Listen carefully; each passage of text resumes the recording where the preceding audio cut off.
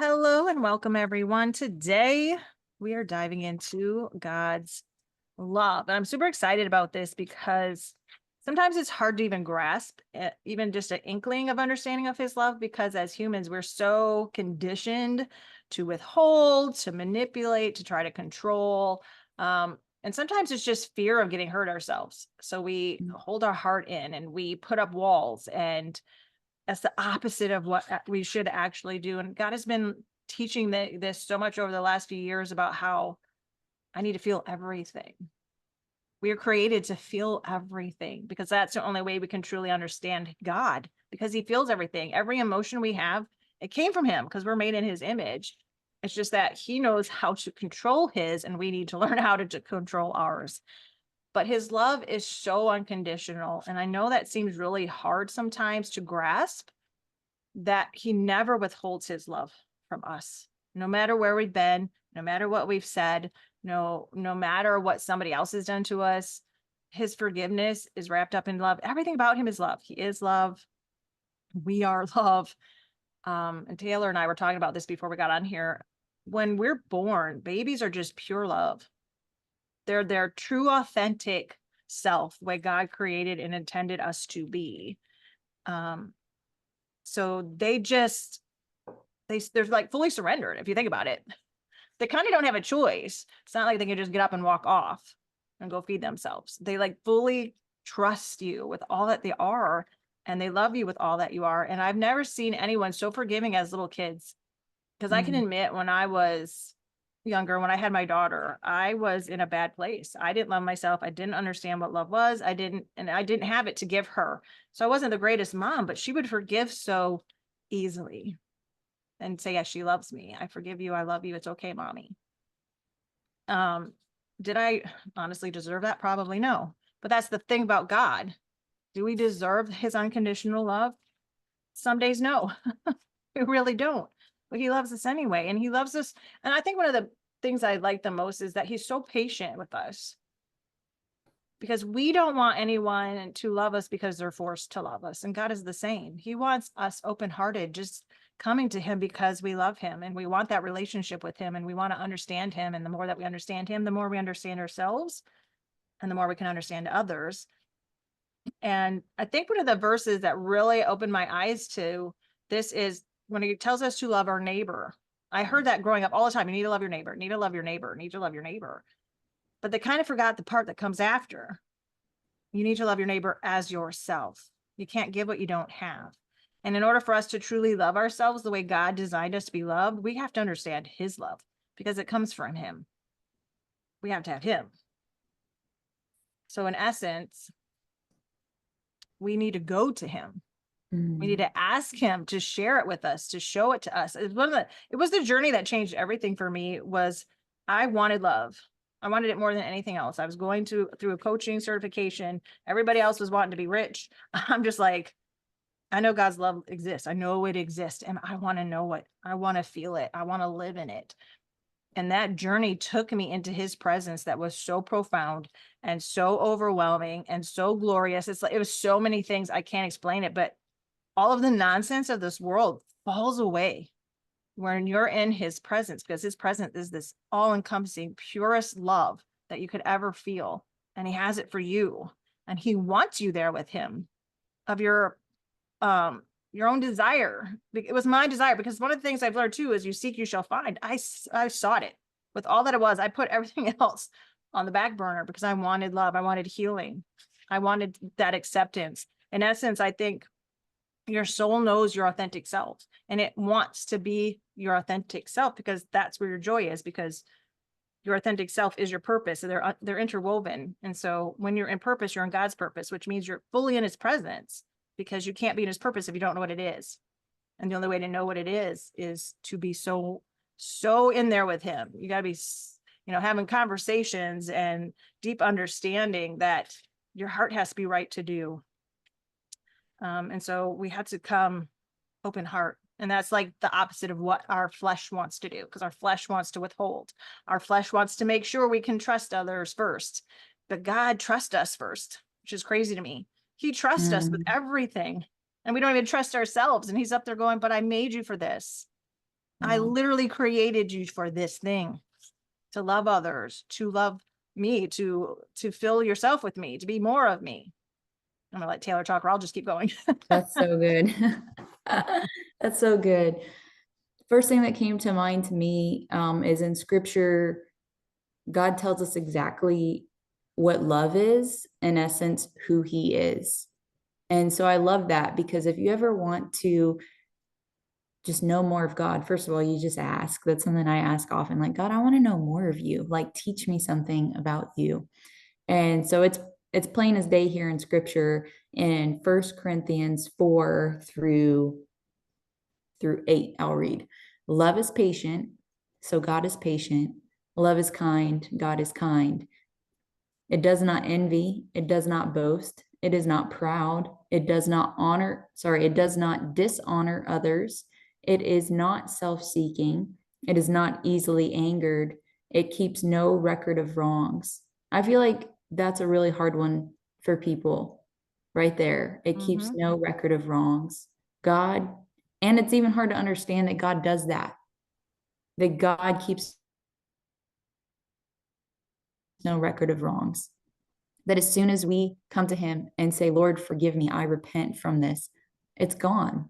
He keeps no record. He doesn't keep it tallied in some secret place of like, oh, well, one day I'm going to show this list to them and prove to them just how good I was to them. Right? Have you ever experienced that? Or have you been that person that secretly, when you do things for others, saying it's in love, but secretly you're keeping that list and that record of what you've done for them and how they've wronged you, and just trying to like keep this tally going? Like, that is not true love.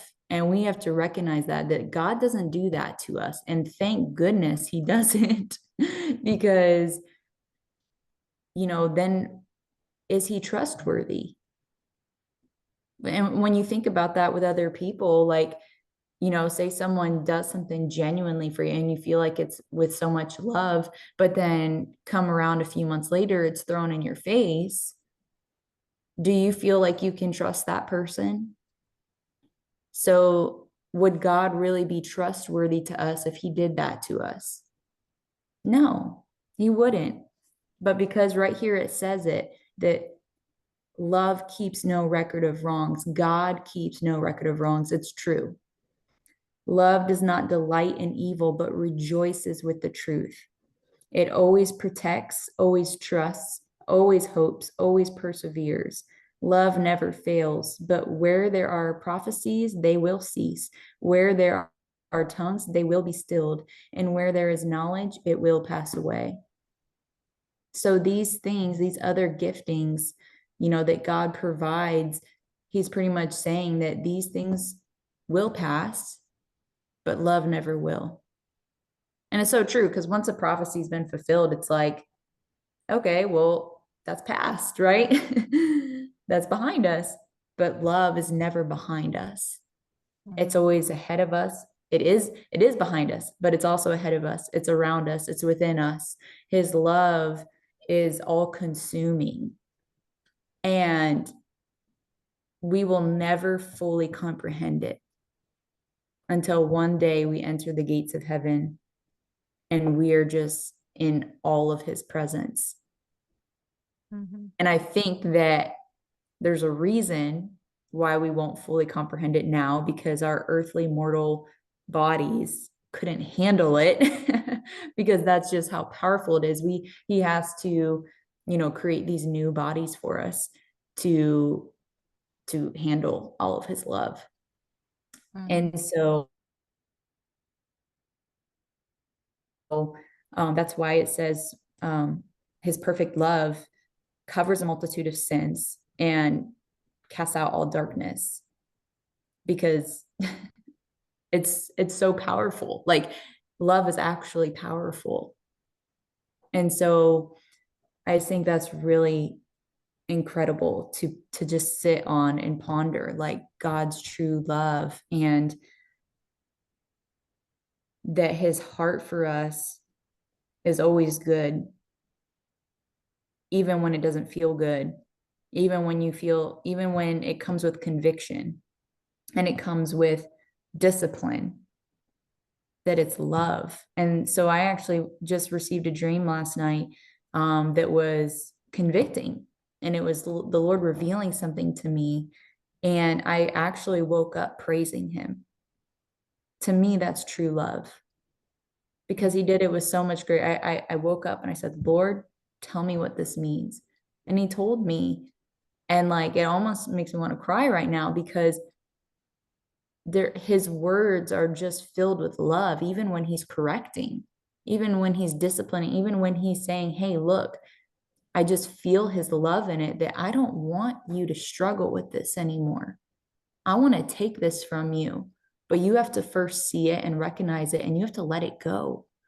You can't hold on to it anymore.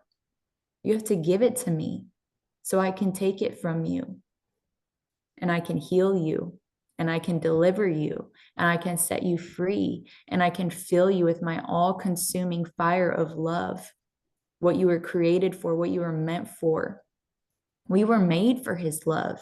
We were made for all of his presence. And it just reminds me of when I look at my daughter, who's 4 months old, and right when we wake up in the morning, her eyes just gleam with light. Like she's so pure and smiling and laughing. And it's God's love. It's God's love. You can't see anything but his love. And that's what I want to be filled with all the time. That's what I want other people to feel through me when they encounter me, is God's overwhelming love. Mhm. Yeah. And that is our purpose, is to do even greater things than Jesus. And the only way to do that is being fueled by God's pure love and light, because that's when people listen to us. And not only that, but in order for us to be filled with his love and light, we have to be our authentic self. Because when we're trying to be someone else, we're not fueled by his love, because his love never asks us to pretend. His love doesn't ask us to manipulate or to control or to cajole or to push or shove or force. His love just asks us just to love. That's it. Just love. It's the answer to everything. And going back to that verse, that really hit me, when the part about, and the knowledge will pass away, or however it was said. That's what happened. That's what happened when I found God's love and I was standing in his presence, and all this knowledge of the pain and the hurt and the bitterness, the anger, and all these things that seem so super important, they just fell away. We don't need all of that. It actually hinders us. We have to allow his love to heal us fully, because we need to reclaim that which we are. Just like Taylor is talking about, her daughter is pure love. We are made in God's image, and it tells us already in the Bible, God is love. He literally is the energy of love, which means so are we. And so when newborns, they are just this bundle of love energy, pure love energy. But the world tries to tell us we're this and we're that, or we can't have this, or we should do that. And the world tries to manipulate us and control us to believe that in order for us to live our life, we have to hold everything in. Because, oh, we can't share that. I can't share that piece of myself. Oh, if a person knew this about me, they wouldn't love me. That is one of Satan's favorites. And it didn't realize, I always thought it was just me hearing that until I heard my daughter say the same thing. And I'm like, oh, that's why Satan doesn't want us talking to each other, because he uses the same trickery for everybody. And when we start opening our mouths and saying, well, he says that to me, and then all of a sudden you're like, well, yeah, he said that to me too. I have to hold everything in, because if they knew this about me, they wouldn't like me. They wouldn't accept me. They wouldn't understand me. They couldn't possibly love me if they knew this about me. He's a liar. Meanwhile, God is like, just lay it all down. I made you, and you maybe struggle with figuring out your purpose. I don't know what I'm supposed to be, because you don't know who you are. You are your purpose. Your purpose comes from that profound love of God, because that's when you bask in it. When you realize who you authentically are, his love shines through you like a beacon. Because whatever you're called to do, you have a message, but people can't hear that message when you're trying to control it. Ooh, that was good. Yeah. When we try to control the message that we of who we are, people don't understand what we're saying. They can't see us through the lie. When you're in God's love, there is no lie, which means you can't be anyone but exactly who he created you to be. It's in the fullness of his love that you are. That is so good, God. You need to be who you are. You need to know who you are. You can't know who you are if you don't even know who God is, because you're made in his image. If you don't know him, there's no way you can know you. And that's why if you look out in the world, so many people are lost because they don't know him. So they don't know themselves. So they try to manipulate and control and push and shove and fight. They feel like they have to fight through every single day. And God doesn't want us fighting. He's like, what are you fighting for? I fight all your battles. You just need to love and share me with the world. And that's also something, there's two things I just thought of. First thing he ever taught me was I have to love people enough to tell them the truth. I have to tell them the truth. You have to love, because when you don't love people, you're like, that was kind of a dumb thing to do. But when you love them, you go to them and love, and you're like, okay, is there a way you could have maybe done that differently? Do you want to see your life change? Do you want to stop living check to check? Or do you want to understand God's love more? That means that you have to start to draw near to God. You have to allow him access, because he's a gentleman and he doesn't go where he's not invited in. That's why he knocks at the door and we have to answer. But his love is surrounding you all of the time. And I can remember a huge part of my life, I knew love existed. I didn't think I had it. And I always saw myself just looking in this window where there's love in this house, and I wanted what was in there. It's because I had removed myself. It was my house. It took me years to realize that was my house. I was actually watching where the love was. I myself moved out of his love. I closed myself off, which pushed me out of the house. It pushed me out of being my authentic self. It's why I was lost and felt so out of place for so long. It's because I didn't know who I was, because I didn't understand who he was. We're connected to him. We're made in his image. So we need him. We need his love to heal all of our wounds, and he will. It doesn't matter what you've been through. It doesn't matter what kind of hurt. He can heal you. In essence, he puts you back to your authentic self. That's what healing puts you back to your authentic self. That's who you want to be. That's what you want to strive for, because the only way to get there is through the love of God and that relationship with him, because he's the only one who knows why you're here, what you're called to do. And you can't do that if you're not being you. I just had these few sentences come to mind, because we're talking about God's perfect love. And I think sometimes, first of all, we need to pray to better understand his love and to see what his love looks like, because the world is screaming to us its version of love, which is not love, okay? But using the title, the label of love, and saying, first of all, it's all based off of conditions, right? And we've been studying that God's love is unconditional, and it's all consuming, and it's perfect, and it's just, and it's righteous, it's holy, it's pure. These are all words that describe God's love. And then we went through Corinthians, which talked about, patience and kindness and goodness and no record of wrongs. It's rooted in truth, not evil. But the world says, love those that love you. Don't give if you're not getting. First, get first, then give. That's what the world says, right? Love yourself more than others. Love yourself more than anything. The world loves that one. So that we are so self-absorbed that all we're thinking about is our own needs, our own wants. And then because we're so self-absorbed, we start to just critique ourselves day in and day out, because we weren't ever meant to look at ourselves like that. We were always meant to look at God and therefore see a reflection of him in us. And all you're going to see is beauty in that sense, right? But when the world is programming us to look at ourselves and only look at ourselves, you're just going to see the flaws. You're just going to see the things that that we're not meant to see.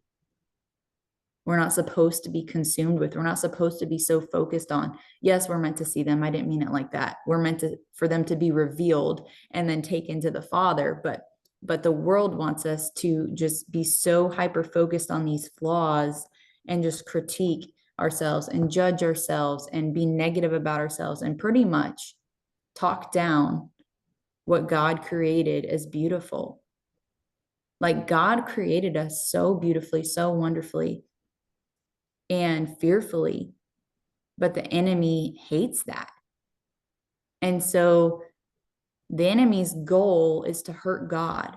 But since he can't physically like go stab God and hurt God, he's going to hurt us because that's what hurts God. And the next one that came to mind is you don't need love.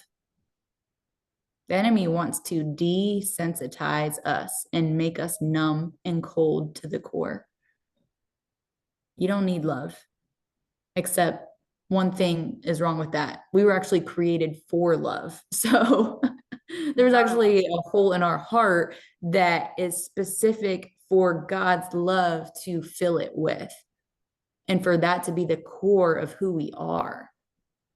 So there's everything wrong with that sentence, right? And then lastly is you're not worthy of love. It goes right back to, you know, how he wants us to just be so hyper focused on everything that's wrong with us. If he can get us so fixated on what's wrong with us, then we can possibly believe the lie that we're not worthy of love. Because look at you. How could you ever be worthy of love? Look at all these things that's wrong with you, when really all the things that have driven our mistakes have been the enemy. You're the problem. I'm not the problem. And I am worthy of God's love because he says it in his word. Because he sent his son, his most precious, beloved son, to die on a cross and shed his blood for me. And he would have done it for one. It says he would leave the 99 for the one. He would have done it if it was just for me. So I am worthy of his love.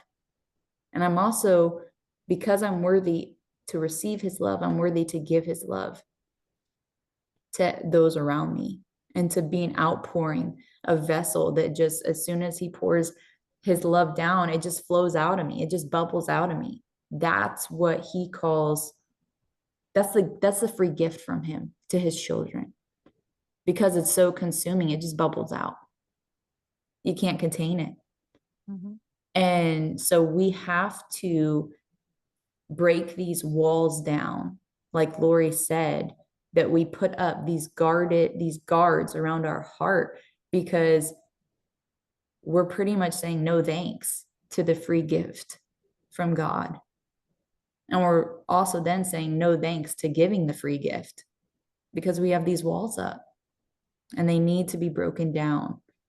So I have a challenge for you. Take some time to sit with the Lord and say, Lord, consume me with your all-consuming fire of love. From my head to my toes, I want to feel all of you, heal all my wounds. I want you to melt the coldness, the cold ice off of my heart, melt it away, and fill me with your fire, God.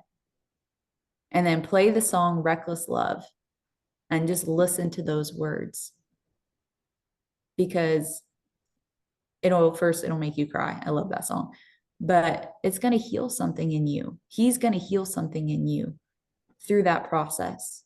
And you're going to be able to love others in a way you never could do without him. Mm-hmm. Also remind yourself. Yeah. You'll be able to love yourself yeah. the way that he created us to love ourselves. Because yes, we are supposed to love ourselves. Okay. But there's a way to do it with God where you're going to love yourself in the right light, the right way, not in the way that the enemy tries to cause delusion around it. Mm-hmm. Manipulate.